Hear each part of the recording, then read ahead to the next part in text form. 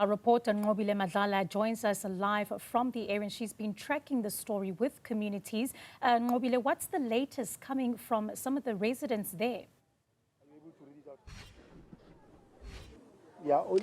Well, I think the frustration is just building up, Veronica, and most of them are just concerned about the financial implication of not having power for so long, especially because if you think about it, it's been a couple of days, so it's been quite difficult this festive season for them. But I wanted to bring my guest now from the municipality who can give us updates with regards to what has been happening. Selby, I think it's very clear for anyone who's in the festive season mood that having no power is not one of their plans. Yes, no, it's something that is not good at all. We've experienced multiple outages in the south of the city, Oliven and surrounding areas, Centurion, parts of the east, Moreleta Park, which has since been restored, and also the other part of the east lane, Kudusport Substation. But we have restored in certain areas. In Moreleta Park, we have restored. There are some single complaints that we have.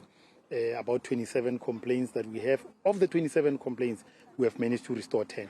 So only 17 is outstanding. But we know that the two substations were affected, the Kudusport substation as well as the Oliven substation. Perhaps just give us an update on each.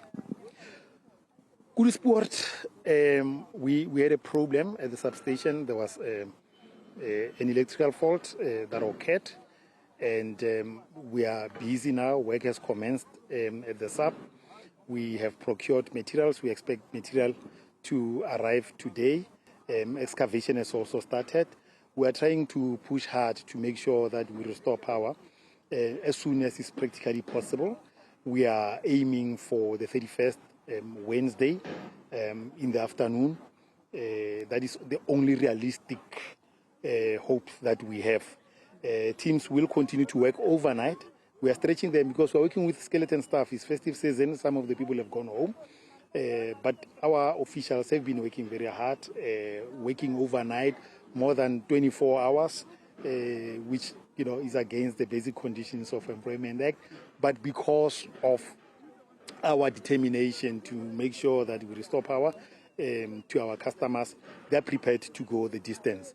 That is in respect of Kudusport. With Oliven, we've already begun energizing the transformers, and restoration and switching on will commence today. We'll start with Oliven, and then other areas will follow suit. And that restoration will be done in phases, because once you restore everyone at the same time, then you experience a trip or an overload on the grid. So we're going to do it gradually. What causes these issues? Because you've had two power stations burning at the same time. The Oliven one, there was vandalism. And because there was security on site, he was able to detect that there was a fire, and he contacted the electricity department as well as emergency services, and were able to come and extinguish the fire and begin some work and do the investigations.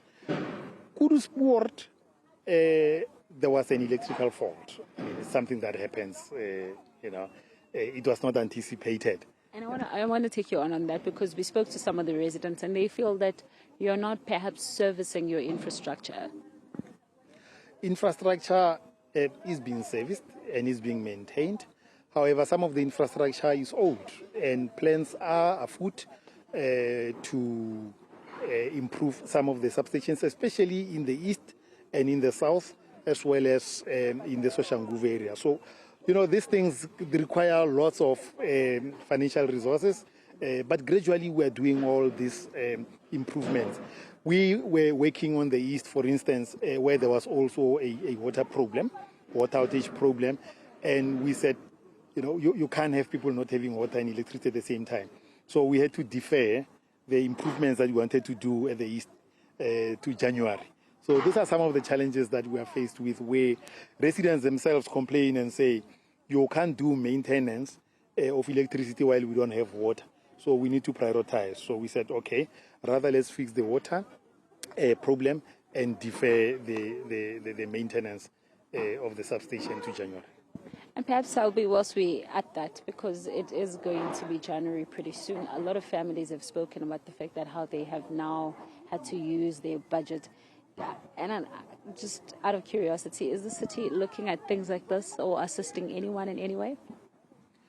Well, consumers have got a right to lodge a complaint when their food gets off or electrical appliances get damaged as a result of the power outage, and we do pay out in many instances where we are able to ascertain that indeed this occurred as a result of power outage.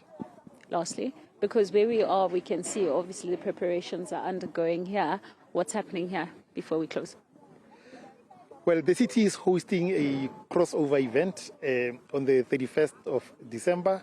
The last time we did this was about 5 years ago. And this is something that is common. It happens across cities across the world, Paris, London, New York. So we thought as the City of Tshwane, we must also do our own. And so if you look at Tshwane, because we are inland, most of the people around this time, they go to coastal areas to go enjoy the beaches. And Tshwane would resemble a ghost city. But this time around, things have changed. And we have said to the people of Tshwane that don't go away, stay in Tshwane, we'll bring fun to Tshwane. And this is what we are doing. And we're hoping that everybody will have electricity by the time we celebrate the ushering of the new year. Well, let's hope you will have electricity too. Thank you very much for speaking to us. Well, Veronica, the City of Tshwane preparing for that crossover event as well. But at the same time, there are people just concerned over electricity. We are hearing that they are going to get the electricity back, mainly some of them from today going onwards, whilst others could be on the 31st. So it's a long wait for some. But it seems like there will be electricity for an event, Veronica.